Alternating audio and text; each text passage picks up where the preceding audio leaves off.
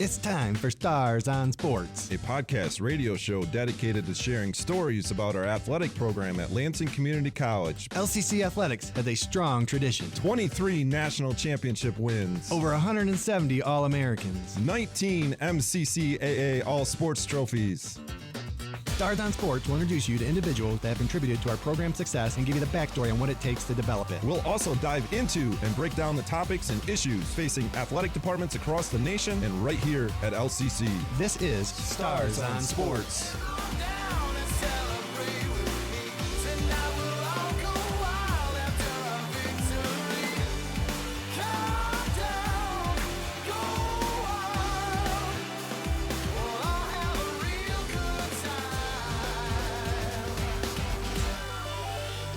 Hello and welcome to another episode of Stars on Sports. I am joined by our assistant AD and baseball coach, Stephen Cutter. And Stephen, today I'd like to just dive into our fall season. We're a month or so into our fall semester and sports season, and pretty much all our sports are going right now with the rules and guidelines provided by the NJCA. So we've learned a lot in our short time here in the academic year. So I'd like to dive into that a little bit and tie into some of the things that we are dealing with as we head into that fall season. So we celebrate our success. You hear it in our byline of our past and our history, but nothing like the present and True. What our goals are for this year. And our goals are always pretty high here at LCC of winning championships, whether it's in the classroom or in the community, but definitely on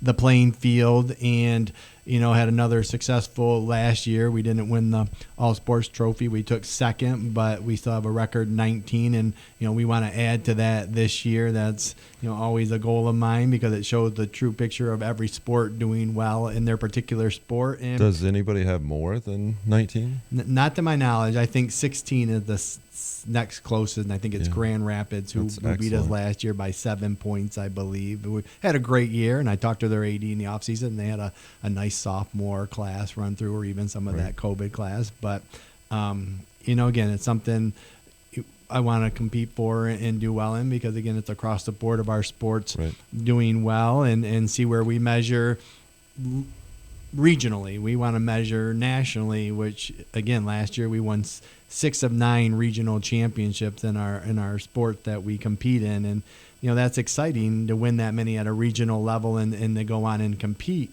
at a national level. And this fall, our volleyball team is off to, I would think, one of their best starts in school history. They're sitting at 12-2 right now.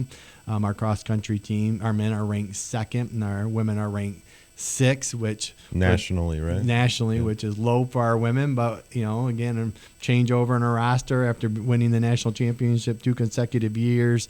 Some missing pieces, but they will get better as the year goes on. But they'll super normal at the junior college level, though. You're typically seeing half of your roster is changing every year, so it's pretty normal. Successful, it could change every year, as you've experienced. Students go on after one successful year to a high level and perform. So definitely, you being at the high school and you think 4 years, wow, that's can be a long time with somebody, but 2 years it's pretty quick.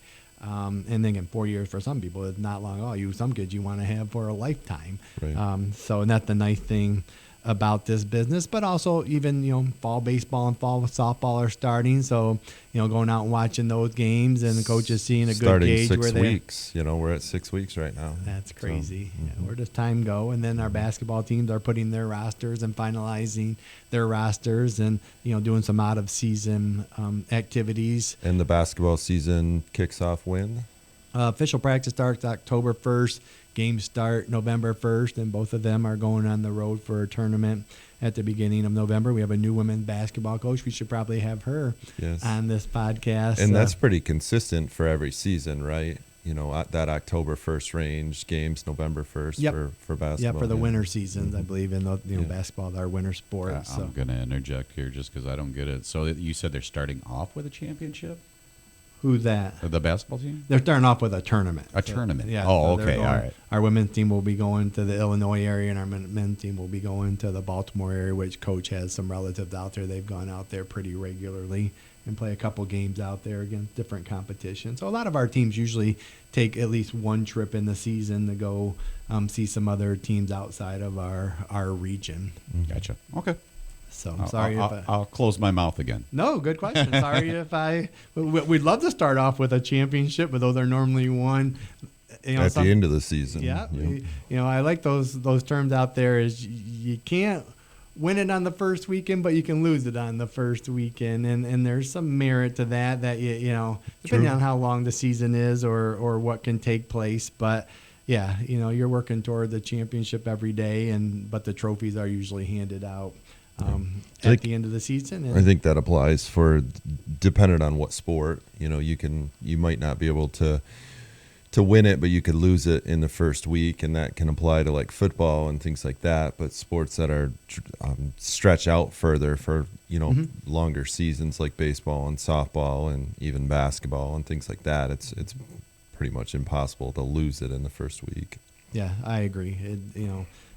I think you learn a lot in the first week, as you and I have talked about. Yeah. A lot of sports have preseasons and scrimmages, but I think the first, I think we're very similar to the academic calendar, and I know I've shared this with you, but you do some practicing and some learning where students are, and then you have that first test, which is I think our first game, and then you see where they're at after that first game, and then you build toward that final exam.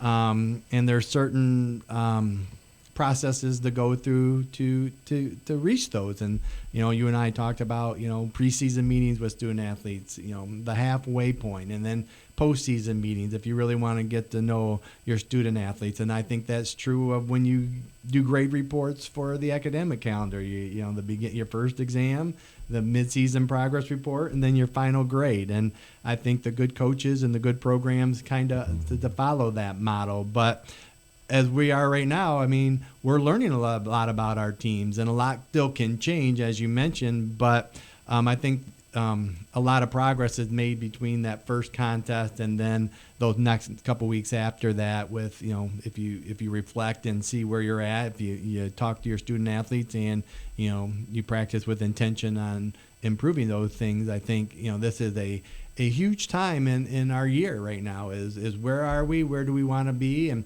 do we need to refocus some things? Are we maybe not as strong in shooting or hitting that we thought we were, or we need to move this person somewhere else, or this person isn't performing where we want them to be? And especially when you're dealing with freshmen, you're dealing with like as you mentioned, transfers in. There's a lot of variables, and we've hit a lot on that in the last week in our office, the different variables that our student athletes face that can impact their performance on the field. And right now they're right in the middle of their classes, and some kids could be struggling, and that could impact their classes, or some kids could be not getting the grade they want. We always seem to focus on the kids that are struggling, but there's some kids out there that are mad they're getting a B right now when they should be getting an A, or it's a hard class to deal with, and it's taking a lot of time for them to do well in that class. There's a large cost for that piece too, for those that have the standards that are really high.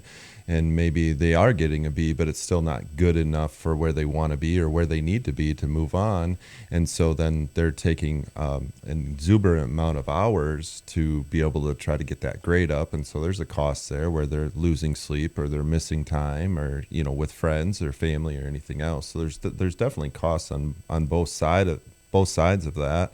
And they do have very full backpacks, and they're constantly dealing with things that sometimes you or I might think isn't really that big of a deal, but because of the situations they're in and the age that they are, it is a really big deal to them, and it's just trying to manage all of those issues that come up, whether it's in the athletic department or on the athletic teams. Yeah, and we're fortunate because it's really important for coaches to understand their student athletes, get to know them, to have a relationship. And, as I've talked to you before in this podcast about making sure they talk to every student every day, or another one I like is, listening to hear. Because you need to hear what's going on in their life, because looking at their grade report, that's only one factor. I mean, everyone wants to focus on the kid that's getting a D or an E, but that might be the best they can do in that class, where we might be letting a kid that's getting a B or C that should be doing better in that class. And sometimes we lose focus of that. And that's, something I try and emphasize, because everyone wants to just, critique or throw the person under the bus that's getting a low grade, which they might be working as hard as they can, where there could be other kids that are being lazy or just skating by, and that carries over into their performance on the athletic field. I had a college coach tell me once that they looked at kids' SAT and ACT scores in relative to their GPA, because if they have a high SAT score and a low GPA, that shows them that they're not working in the classroom, that they have the potential to be pretty smart. And if they're not working in the classroom, they're probably not going to work as hard for you on the athletic fields. But the key word is probably, because if you track that stuff, you'll find that there are people that don't do very well in the classroom do really well on the field, and there are people that might not do really well on the field and they do really well in the community, in the classroom. And so there isn't any everybody's or all that. It is very random, and there's a lot of, if you track it, there's a lot of things that will really surprise you, and you start asking why. Why can't they do well in the classroom but they can do really well in the community service or whatever it might be, between the lines. And you start asking why, and I'm not sure that you ever completely get those answers. Well, each kid is differently, and each kid or student athlete is motivated differently, and we see it a lot in our business, where student athletes love playing their sport, so they work hard and they are motivated to do well every day, but they just have no interest in the academic part of that. And some of them, right? Mm-hmm. And those kids usually in educational athletics might not make it, or just barely make it, but they could make it in a club setting or a semi-pro setting, because the academic piece isn't a part of that. And we've seen that at many levels of college athletics, where student athletes don't want to be in the classroom, so they go and play in another area. And for us, you have to do both. That we have eligibility guidelines that they have to do so well. You have a 2.0 pass 12 credit to be eligible on the field. So that's a whole nother component when you're participating in college athletics compared to some other areas. So that's why some kids, I think, do better in sport and not in the classroom, because they just aren't motivated. And again, it's individual too. Some kids do well in math and don't do well in English because they like math or they like history. It's kind of what their why is, or what their passion is, or what motivates them. And our goal and our job is using sport to motivate them in the classroom, to help them get that associate's degree, or help them, transfer to another institution after they're done here. And we're using sport as that method. And there's other, ways to use it, but, there's statistics there that if they get involved and they're invested in some activity in their high school or college career, that's going to help them perform better in the classroom. I was thinking a little bit as you were talking about how successful the LCC teams have been here over a long period of time, with all of those championships and 23 national championships as well. And it got me thinking a little bit as you were talking about that. What if we were to add more sports? Because I know our athletic department gets contacted a lot from just random people that want to see this sport or that sport or esports or whatever it might be. What if we were to add sports? How does the athletic department go about that? We do get a lot of interest from our, I have a student that just reached out to me that's going to be a student next year that wants to start soccer. Nice. And I gave her credit. You're planning ahead. Most come on campus, and So it just takes time to But if we wanted to add soccer, how's that process work? Well, we're working on it. When I was hired here, one of the goals was to try and add sports here at LCC. And, we're doing some different interest surveys. I was out at the campus resource fair. The student newspaper put an article in the paper last year to contact me if you're interested in this sport. Mainly it's, individual students contacting me. I've met with a couple local soccer coaches. I've talked to a bowling coach in the area that, from my high school connections that have reached out to me and wanted to add those sports here at LCC. We used to have a golf team, and our previous interim AD, Nicole, met with a golf person. We had a hockey team too. Yep, a hockey club in the past. So, we've had swimming and tennis if you look way back, but interest is probably the driving factor if there's an interest to add that sport. But there's a number of other factors too, one being cost and financial sustainability. The other is recruiting based. Do we have a demographics in our area to recruit those student athletes that could help us succeed in that sport? Staffing, quality coaches, what the league offers. I mean, I'm meeting with a gentleman this Thursday about football. And the toughest thing about football is there's no one in a 4-hour radius to play, so your travel budget significantly increases if you want to add football. And Community Christian in Detroit has football, and Hocking College in Ohio has football. Grand Rapids had it many years ago and won a national championship. And were successful, yeah. And many people, I've talked to, because I talk to other colleagues when someone comes to me about adding a sport. I was talking to a retired AD a couple weeks ago about the difficulties of adding football. So I get somewhat number of requests throughout the year. Bowling, soccer, and golf seem to be the ones that have rise to the top. Competitive cheer is another one I'm meeting with a lady on in a couple of weeks, and have talked to a couple high school coaches. Esports is one we're really looking at as a college. I've been working with our IT and media departments on developing that. That seems to be a growing sport. I've been talking to high schools in the area that have esports, because back to our success, if you want to be successful, you got to have a good recruiting base. And we start locally with our recruiting base. And fortunately for us, in all those sports we mentioned, I think we have a strong recruiting base at the high school level that would help us be successful right away. Grand Rapids just added soccer at their community college, and their men's team doing really well, and their women's team's around 500. But it probably, it starts with staffing, and it starts with having a strong recruiting base. So all those factors play into it: money, scheduling, interest, and not one of them or the other, but you definitely need interest to start something. And I'll meet with any student. I got a student athlete that comes in and sees me every 2 weeks about golf, and we're working towards, and can it be a club sport? Can you start with non-scholarships? What's a club sport mean? At the community college, it means a much different thing than it does at the four-year institution, because at the community college, it counts as your eligibility. So you get 2 years of eligibility at the community college, and playing on a club sport in the community college it's more just a non-funded sport. We kind of be run through our student life department, where at the four-year institution, a club is it's a club sport, and it doesn't count toward a student eligibility. Athlete. Right. Yes. So, but it's one way to kind of maybe see if it's sustainable, and maybe to progress towards adding funding to it, depending on the funding outlook. So again, that's another detail you have to finalize, is how do you want it to look like. It's not easy just to add a sport the next year. Some sports you take a year just to recruit to add a sport. For sure. You mentioned soccer. A lot of teams in our conference have soccer? More have women than men's soccer. I want to say there's like 10 teams that have women's soccer, maybe 6 to 8 that have men's travel soccer. Wouldn't be an issue for that, but maybe for a sport like football, then logistically it's much more of a challenge. It would. So soccer would be one that we could add and have some success with. Bowling is another one. Around 10 to 12 of our leagues schools offer, and the same with golf. It's a little less, 6 to 8.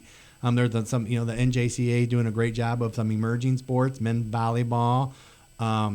Southwestern Michigan College has bass fishing and esports, and then Mid-Michigan and Montcalm College have clay target shooting and bass fishing. So again, colleges are trying to find different ways to get students involved that might not just be interested in sports, or as you and I have talked about, in music or the arts. So just other interests that bring students on campus. Do you anticipate pickleball anytime soon? Not soon. I mean, because right now the biggest perception with pickleball is people think it's a senior citizen sport, but it actually is trickling down. Really? And it's it's one of those new fun sports that I think will catch on, and they're turning malls across the country into pickleball facilities. So communities are really investing in pickleball. You're feeling like the Commons could have a little area with some pickleball and maybe a couple lanes for a bowling alley coming soon? Pickleball is growing. Bowling is grew, and when the high schools added it 10 years ago, so I don't know if that's still growing, but I still think there's an interest to have bowling. But pickleball, I think, is one of the fastest growing activity sports in the U.S. It is. I think, and in all age groups. Again, it started with probably senior citizens that thought they were too old to play tennis, and the tennis people didn't like it, but I think the tennis people are buying into it now because it's a different game. It's just a faster paced game. It's more social. You're closer together. It's like ping pong on a tennis court, or from what I've heard that. So you haven't played? I have not played. My son has played, who's a tennis player. I have not. Our coach Cut? No, I drive by people playing pickleball every night when I'm going home. But the people I hear that play it love it and are all in. Golfers or other tennis players that I have friends that tell me they play it constantly. Do college teams have pickleball Not teams? to my knowledge, not yet. So we could be uncommon and have a pickleball team coming. We could, or That's what I'm saying. That's what I'm saying. Start it off, man. Let's get ahead of the curve here. Because you know what's going to happen.